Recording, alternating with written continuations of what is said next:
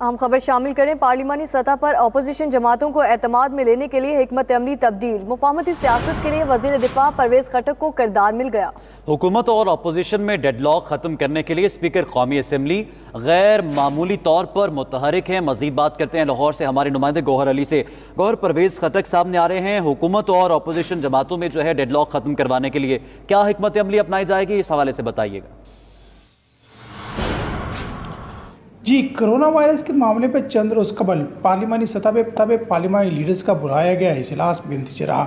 اس اجلاس میں اس وقت بدمزگی پیدا ہوئی جب وزیر اعظم اجلاس ادھورا چھوڑ کے چلے گئے اور جس پہ قائد بست کے خلاف شہباز شریف اور پیپلز پارٹی کے چیئرمین بلاول بھٹو زرداری نے اجلاس کا بائیکاٹ کر دیا، جس کے بعد اسپیکر قومی اسمبلی اسد کیسر نے ایک کمیٹی قائم کی ہے۔ اب بھی یہ جائزہ لیا جا رہا ہے کہ اس کمیٹی کے اجلاس کب بلایا جائے اور ایسی صورتحال پیدا کی جائے کہ یہ اجلاس بھی بدمزگی کا شکار نہ ہو۔ اس حوالے سے اسد کیسر اپوزیشن جماعتوں کے رہنماؤں اور حکومتی جماعتوں کے رہنماؤں سے رابطے کر رہے ہیں۔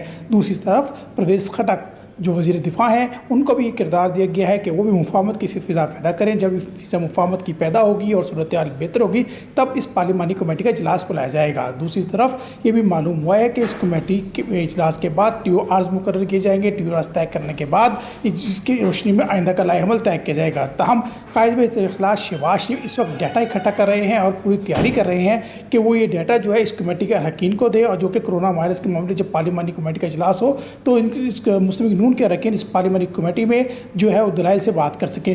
دوسری طرف جو ہے وہ اسد عمر بھی اس کمیٹی کے اجلاس میں شریک ہوں گے، اور ذرائع کا کہنا ہے کہ اسد عمر جو ہے وہ یہ بتائیں گے وفاقی حکومت اور سندھ حکومت کے درمیان جو تعلقات رہے ہیں، دونوں حکومتوں کے درمیان جو معاملات اس حوالے چل رہے ہیں، اس حوالے سے بھی اس پہ روشنی ڈالیں گے۔ جبکہ محکمہ صحت کے افسران اور عہدیدار بھی جو ہیں وہ بھی اس کمیٹی کے اجلاس میں شریک ہوں گے اور بریفنگ دیں گے۔ تاہم یہ کمیٹی کا اجلاس اسی صورت بنایا جائے گا جب کوئی فضا سازگار ہوگی اور تلخی پیدا ہونے کا کوئی امکان نہیں ہوگا۔ جی